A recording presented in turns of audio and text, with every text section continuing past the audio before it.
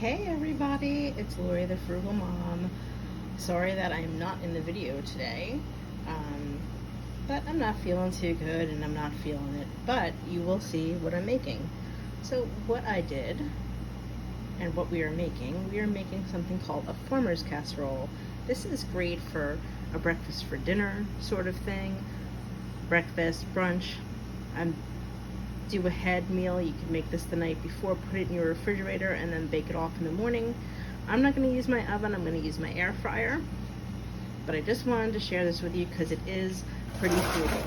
So in my half steam pan I have back here 3 cups of frozen hash browns, and I did thaw them in my microwave.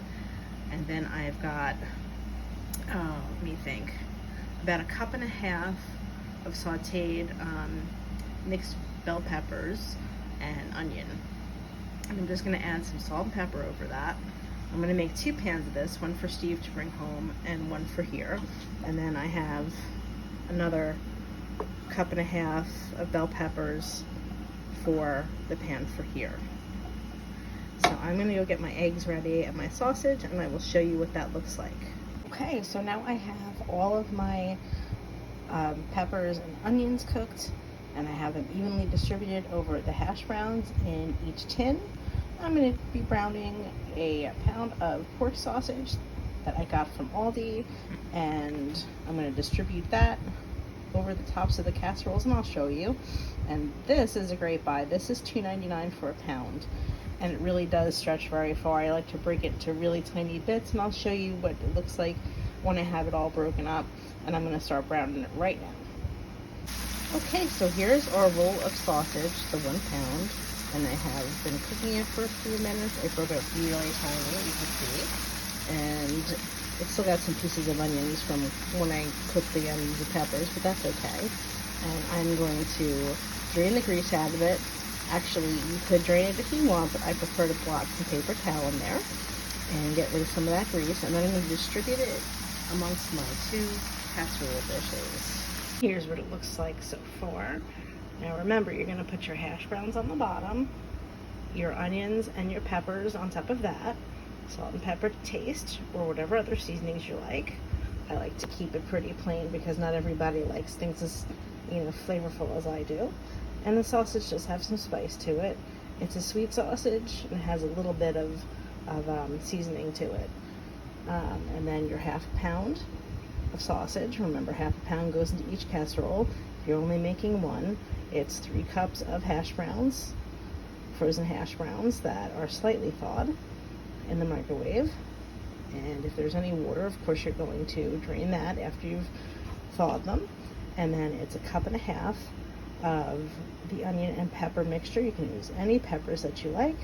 And then it is 1/2 pound of the breakfast sausage browned and spread on top. Of course, you want to make sure that you butter or spray with pan the bottom of your casserole dish. In this case, I'm using some steamer pans. They fit the best in my air fryer. And now I am going to mix up some eggs. For this casserole, I like to use 8 large eggs. Whisk them up, salt and pepper. I like to put a little bit of garlic powder in mine. You can do whatever you like spice-wise. And this is the beauty part about most egg dishes. It doesn't matter really what kind of dairy you put in there. I don't have a tremendous amount of milk, but I do have some 50/50 that is about ready to expire, and I don't want it to go to waste. So I put 1/2 cup into those 8 eggs, and I whisked it until it's combined, and now I'm going to pour it right over. Alright, and there's our egg mixture and the rest of the casserole all put together. Now this is about 1.5 cups of shredded cheese. You can use any type of cheese that you like. This happens to be a Monterey Jack cheddar mixture, but I've used whatever I pretty much have in the fridge. I've used Swiss. Actually, you can substitute Swiss for this, and then you can substitute your sausage for ham, and it makes a delicious Swiss cheese and ham casserole, almost kind of like a Western omelet vibe, and that's really good too. You can interchange the meat with bacon, cheeses. Feel free to play around with it. You can also, throw some sauteed spinach in there and some tomatoes. Yeah, the sky is the limit. That's what I love about cooking. You can always experiment, change it up so you don't get bored. You know, use what you've got on hand. Why not, guys? So now I'm going to put this into a preheated, I should say, air fryer. I have the Instant Omni, and I'm going to put it on bake, 350. I'm going to check it after 20 minutes. If you want to use your oven, feel free to go ahead and do that. You can put it on 350, check it at 20 minutes in your oven. So for those of you wondering, this is my Instant Omni Plus. This is multifunction, really. It's an air fryer. You can toast in it, you can dehydrate, you can proof dough, you can use it as a confection oven. I'm trying to think what else. It's a great investment, I feel, as far as an air fryer. So this does not heat up my kitchen, even though it's a pretty good size, as much as putting on the oven. And this is what it looks like on the inside. That casserole is baking. I have it on bake, as you can see right now. It's about 11 more minutes. If it got too brown, I would be covering it with some tin foil, but we're good for right now. Okay, so what you were looking at here in this little baggie is 3 turkey bratwurst that I made the other night for dinner.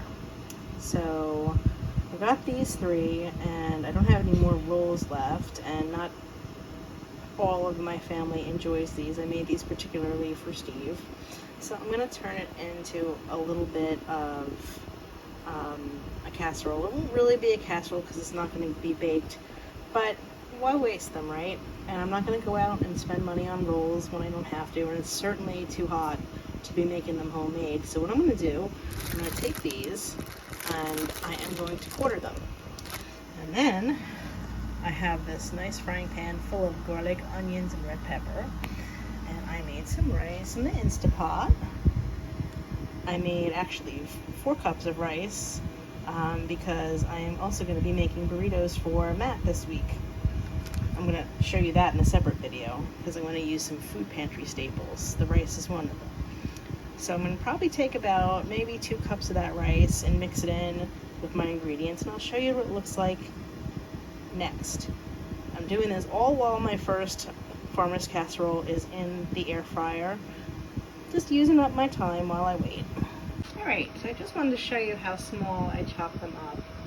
That's one sausage. So you see it makes a fair amount of meat that will spread through, and you should get a little bit of taste of sausage in every bite. I've already put one that's cut up right into the frying pan, and I'll show you what the rest of it looks like. So this is what 4 cups of rice looks like when it's been cooked in the Instapot. So 4 cups when it's cooked makes about, I would say, probably 6 cups.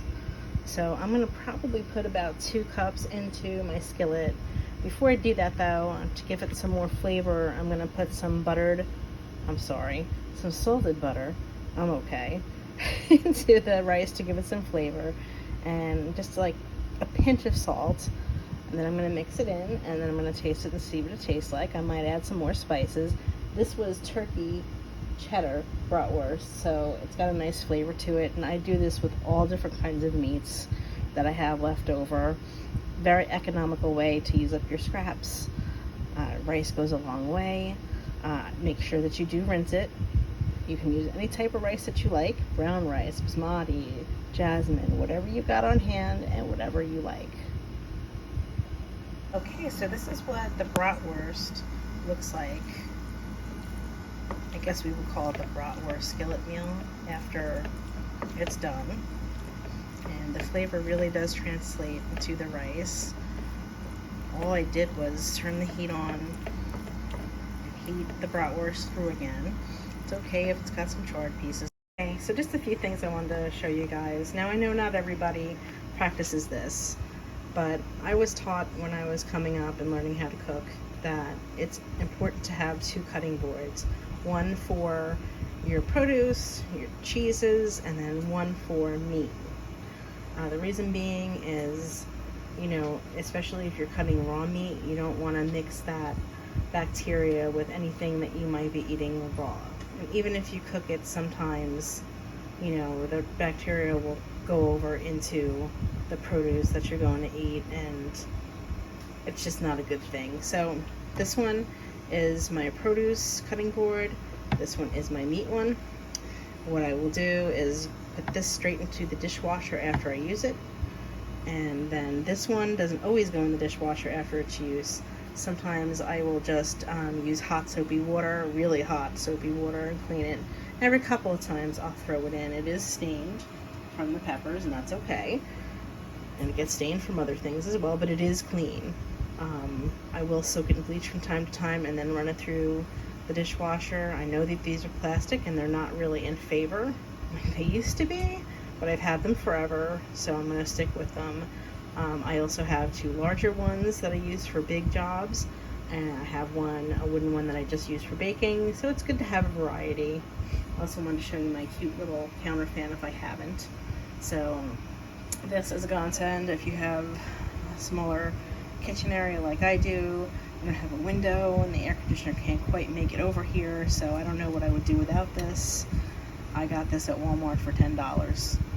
Godsend. Highly recommend. Here is our second farmer's casserole, and as you can see there's a couple different kinds of cheese. I wanted to show you guys this to show you that it is okay to mix them. I wanted to use up all the little bits and pieces that I had in the fridge. So this is like the rest of the Monterey Jack cheddar combo, and then I had just some straight cheddar, the thick slices as you can see, and then I had a little bit of mozzarella. So I just mixed it all up, and why not? It's all going to be delicious and it all goes to the same place. However, I get it if you have somebody that's very particular and doesn't like certain cheeses, but I'm lucky everybody that I cook for kind of likes everything I throw together. So there is our first farmer's casserole that came out of the air fryer. Isn't it beautiful? It's not quite as brown as it's showing up on the camera, but I kind of like it that way. It's a little crispy. So Matt woke up and he was hungry, so he wanted a piece. He thought it was yummy. So you can see all the layers, sausage, the hash brown, the cheese, egg. It is really delicious. I hope that you guys have enjoyed this recipe. And I look forward to the next video with you guys. If living on a frugal